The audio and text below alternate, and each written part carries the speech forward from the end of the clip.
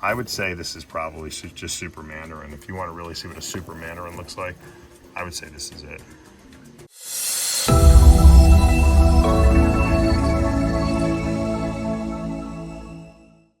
What's up, snake fans? Dave Palumbo here for Muscle Serpents Daily. And as you can see, it's dark. I got to the snake room late today. Like I told you, it was a busy weekend. I'm still putting up bodybuilding content from the weekend. And I didn't want to leave you guys out. And I've been dying to, since yesterday's video where I got a lot of great feedback on the Mandarin albino pie that I produced, I wanted to show you some more Mandarin stuff in my collection. Some of the stuff we're working on, some of the stuff we produced, and some of the stuff that I have available, because I've been working this Mandarin project for many years now, and so we're finally getting some really nice stuff and stuff that I can make available. I've held back a lot of Mandarin stuff, but you know what? I have some breeder-ready Mandarin stuff that I'm surprised has not got snapped up on the Morph Market. But take a look, guys, if you want to get into the project, and I hope you enjoyed today's video. All right, we're going to be taking a look at a couple clutches that are growing up and seeing how they're doing. This was my Spider Pastel Fire possible Mandarin that was bred to a Mandarin. So it was a Mandarin male bred to a Spider Pastel Fire, most probably Mandarin. So now this girl has been getting better and better since she first hatched. She's looking lighter and lighter and lighter, and you know what? I'm starting to believe that she potentially could be a Super Mandarin. Fire has a very, very similar effect on Mandarin to hypo. They're kind of similar genes in a sense. They lighten things up. Mandarin Fire is a really, really pretty looking, and this is for sure a Mandarin Fire. The question is, could it potentially be a Super Mandarin Fire? That's what I don't know. And I'll tell you something, it's been getting lighter and lighter, but you know what? Fires get more yellow as they get older. So it could just be that the fire gene is coming out a little bit more. So I called this female, and I don't know if I'm gonna let go of her or sell her or anything. I'm calling her a possible Super Mandarin Fire. And once again, she's, like I said, really, really nice. No orange dream in this whatsoever. This is just Mandarin gene. You can see all the little kind of coolness going on inside those saddles that have been disrupted. Mandarin kind of almost acts like Enchi. It does disrupt the saddles. It makes like kind of these striped saddles too. That's a lot of times how you can tell a regular from a Mandarin. So if you think you're not sure if you have a normal versus a Mandarin, usually the saddles are disrupted if you have Mandarin. All right, now this is obviously Spider. No doubt about that. The question is there Mandarin in here? And I think there might be. This is a very reddish looking Spider. I don't believe it's Fire Spider. This looks like it's most probably Mandarin and Spider. It doesn't look like a typical Spider. You can see in the lower ventral surface of this snake, it's got a lot of reds in here. Normally with a Spider it wouldn't be quite as red. It would be more white and kind of like grayscale looking. This has got a lot of red in it. I'll probably sell it as a possible, but if someone picks this boy up, I guarantee you're gonna get Mandarin out of him. All right, now this female's in shed, but this is a possible Super Mandarin. Once again, I'm not sure. I would probably say this is just a very high expression Mandarin. Has a lot of reds in it, but it is potentially, we bred Mandarin to Mandarin, so it's potentially possible Super. This female would have to be bred out to be proven, but I would call this a very high expression Mandarin female. Really, really nice. Once again, she's in shed. That's the only bad thing you can see. She's going, probably tomorrow will be gray completely. This one's definitely in shed. You can see the gray eyes. This is a pastel, what I believe to be Super Mandarin. I've produced a lot of pastel Mandarins over the year, and this is really, really red. I don't see fire in this. I'm calling this a pastel Super Mandarin, and Mandarins. It's a boy, so we'll probably try to breed him out and prove it a little easier with the males because they can breed much younger. You know, you can breed it to a normal or anything that doesn't have any kind of orange dream or Mandarin in it. And, you know, if you get all Mandarins, you know, it's super. Once again, just really, really good color. I wish he wasn't in shed where you get the true splendor of how light he really is.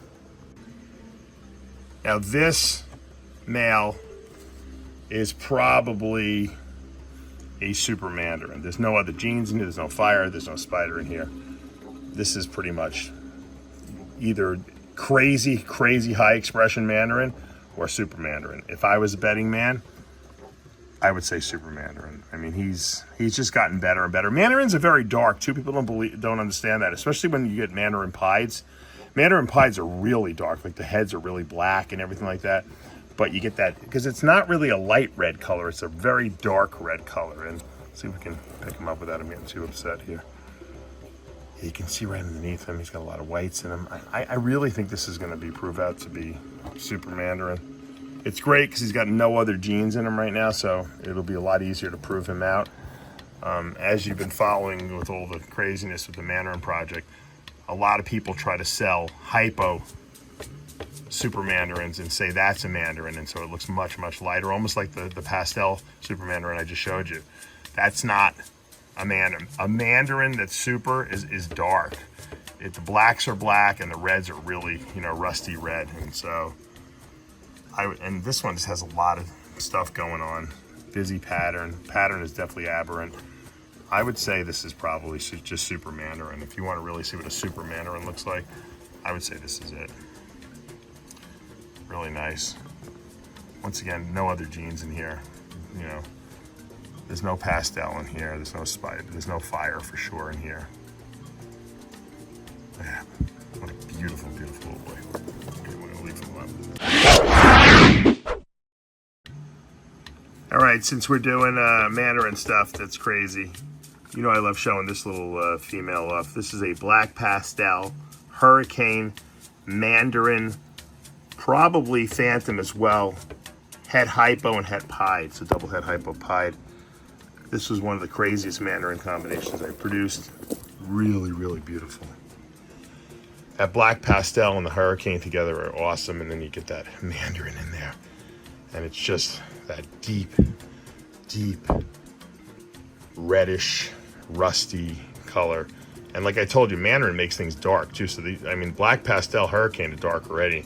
Then you get Mandarin in there and it just lets, any place where there's not black, you get this red. You get all these crazy Hurricane swirls that are made even crazier by the black pastel. And this is just an amazing Mandarin combination. Look at that. And then this is the another version of what you just saw without the Hurricane. This is black pastel Phantom Mandarin. So you don't have the pattern's not quite as busy because the Hurricane makes it really busy. But black pastel makes it busy, but the Hurricane made it even busier. This thing's biting my hand here, but you can see how dark this one is as well. But the Mandarin really comes out more in this one because there's more actually red pattern, whereas in the Hurricane version of this we just showed you, the pattern is much smaller because the Hurricane kind of makes it that swirlies. I wonder if that's an actual technical term, swirly. Look at the black head though on this thing. And once again, these guys are growing nicely, eating nicely, and we'll continue to show you how this progresses and how nice Mandarin gets as it gets older. These are probably the nicest Mandarins I've produced. All right, this is our Mandarin Pi that's het albino. We produced him last year, and he's not cooperating, so I can't show you him in his cage. I had to kind of like get him wrapped around my fingers here because he was biting and and trying to ball up like most ball pythons do. But so see, it's got a nice bite just for you guys, just to show you. Anyway, it's really hard to show. He's got some stock shed on him, but you can, if you get a good look and some good light, which this is not good light, 'cause it's nighttime here. you'll see he's got a very dark head. He's got some darkness in him, and then he's got reds. And this is typical Mandarin Pi, but you can see where the stuck shed is here. If that shed would be off, you'd see that really, really orangey area right here where my pinky is. And you can see there's stuck shed there. But Mandarin Pi, head albino, really nice. If you guys saw my video yesterday, you saw that I did hit the Mandarin albino pied finally, and we're waiting for that to shed out, and then I'm going to show you that in a couple days what it looks like, because it was beautiful. Oh, there's his head. You can see how dark his head is. Pieds usually don't have that really black head. That's Mandarin Pi all day long. You know, I've produced a few of these now, and really beautiful. There's a lot that we still have to do with this. This is just Mandarin Pi. I mean, with head albino, obviously I wouldn't mind doing like a candy. Imagine candy Mandarin Pies. We can definitely breed this little boy to our Enchi Candino Pied and produce some beautiful Candino Mandarin Pies with the Enchi in there. That would make them even nicer. And actually that female is actually potentially Orange Dream too. So probably this boy's not going to be ready this year, but next year we'll plug him into that and probably get some really nice stuff. And we'll wrap up with our, I think they're breeding. I don't know if they're locked in. They've obviously been interested in each other, and this is really good. This is our Mandarin Pi. Excuse me. This is our Mandarin Clown that we've grown up for a couple years now, and she actually looks like she might be in shed. Yeah, she is in shed.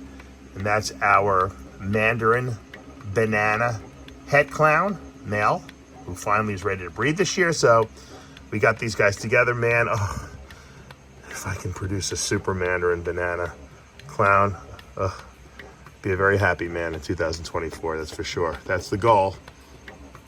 I'd be happy with more banana. I'd be happy with banana Mandarin Clowns.